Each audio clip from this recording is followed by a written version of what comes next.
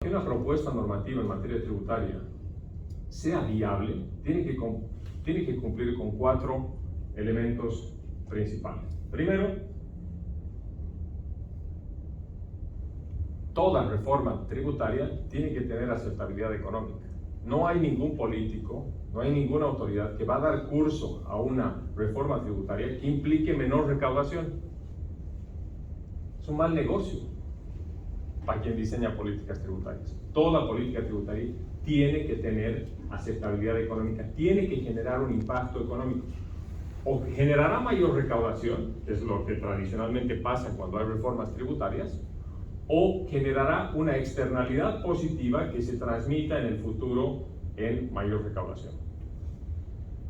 Traer más contribuyentes, por ejemplo.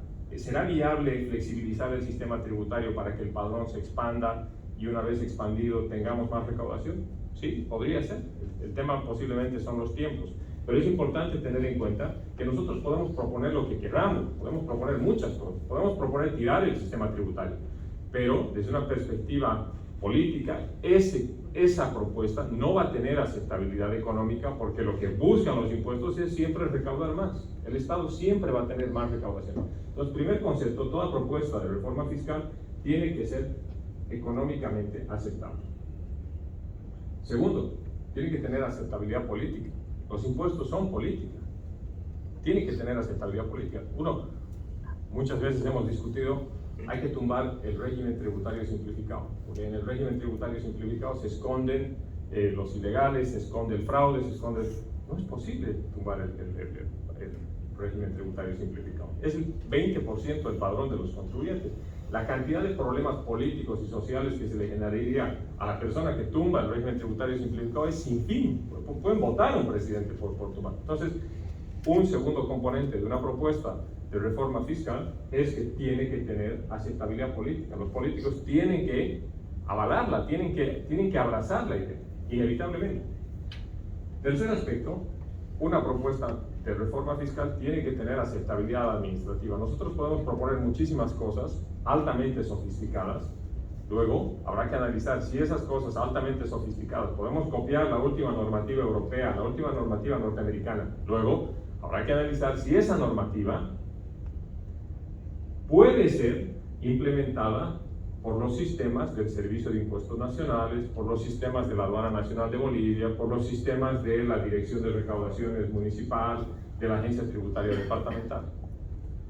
Porque lo que pasa, y esto es muy habitual, y quienes han discutido temas de derecho en el pasado, tenemos muchas veces muchas leyes muy interesantes, plausibles, importantes, que no aterrizan a la realidad, que no llegan a la realidad. ¿Por qué no llegan? Muchas veces porque nuestros sistemas y los sistemas de la administración tributaria no lo permiten. Entonces, una reforma tiene que ser administrativamente implementada.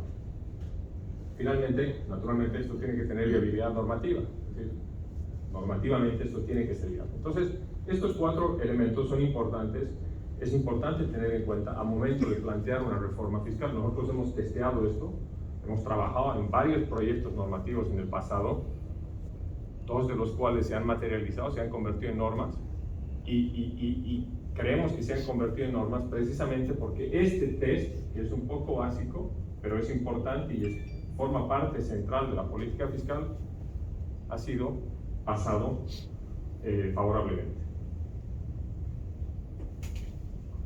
Un segundo punto metodológico y conceptual.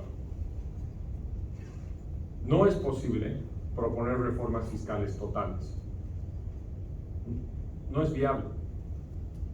Hay casos en la región, hace poco en Colombia propusieron una reforma fiscal profunda, casi tumban al presidente. El presidente colombiano tuvo que dar marcha atrás y decir, no, era una broma, era simplemente un test. Echamos marcha atrás. La cantidad de externalidades positivas y negativas que se generan con una reforma tributaria es enorme. Desde la perspectiva de la política fiscal hay muchas cosas que uno puede medir y hay muchas otras que no puede medir. Entonces, nosotros vemos, por ejemplo, en prensa, hay una gran discusión sobre que hay que cambiar la reforma, el sistema tributario integralmente. Claro, está bueno proponerlo. Es posible, no es posible. Lo que nosotros creemos es que el único camino que tiene particularmente Bolivia es avanzar sobre reformas tributarias parciales. Hay que ir modificando parcialmente y paulatinamente el sistema tributario. No es posible hacer una reforma integral porque la cantidad de externalidades negativas que se podrían derivar de esto es inconmensurable. Ningún político se animaría.